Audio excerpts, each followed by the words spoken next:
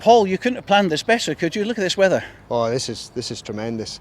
All the border tournaments have had really good weather, but they've had a cold wind. But today there's no wind and in beautiful sunshine. It's going to be really good. Yesterday I was at Floors Castle and we had 42 mile an hour winds, so it's just come right for today. No, I think it's perfect, and you know the wind blows right down the park here, so it's the last thing you want to be doing is playing into the wind. So no, it's perfect. And you're a happy president because you've got a packed marquee, 600 people here. JED are already crowned Kings of the Sevens and you're going for your own title. Yeah, and that's where the pressure is. You know, we've got all that in place, the Kings of the Sevens, the marquee, but there'll be pressure on the players today to win their own tournament on their own ground. And the last time that happened, and you got the Kings of the Sevens as well, you were president. I was. 2016. 2016, We're going to see history repeating itself. I certainly hope so. But the boys are definitely up for it, aren't they? Yeah, they are. I spoke to Gregor last night and he said this is probably the one he really wants to win.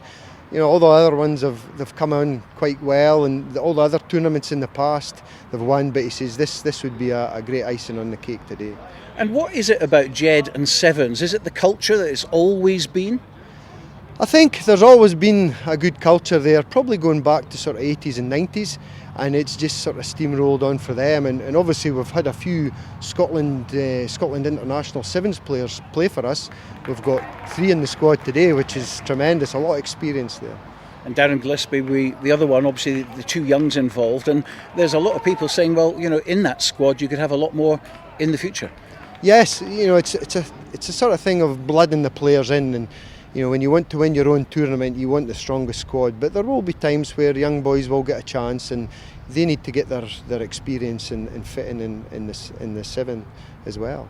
And of course, this year you've had your 15s business out the way completely. You've been able to concentrate rather than on some years in the past where you've been, you know, fighting on 2 different fronts. Yeah, we've concentrated on 7s from the middle of March, and it's gone really well. Any injuries are sort of cleared up and they've been fighting fit for the tournaments. An event like this doesn't just happen. A lot of good work goes on behind the scenes. Now's your time to give a little bit of thanks and credit to some of your helpers. I think our sponsors have been a big help in producing all the signage for putting up, and obviously the financial support for today, which allows us to hold an event like this. But you know, we have a great Sevens convener in Ali Campbell, Myra Younger, Sevens secretary. She's done it a good number of years, and we've all learned from Jim Thompson, who sadly passed away last year, and he's brought a lot of time and effort, and it's rubbed off on a lot of us. It's a legacy really to him. Yes, well, we're presenting a trophy for the player of the tournament, and it's a Jim Thompson Memorial Trophy for tournament player of the tournament.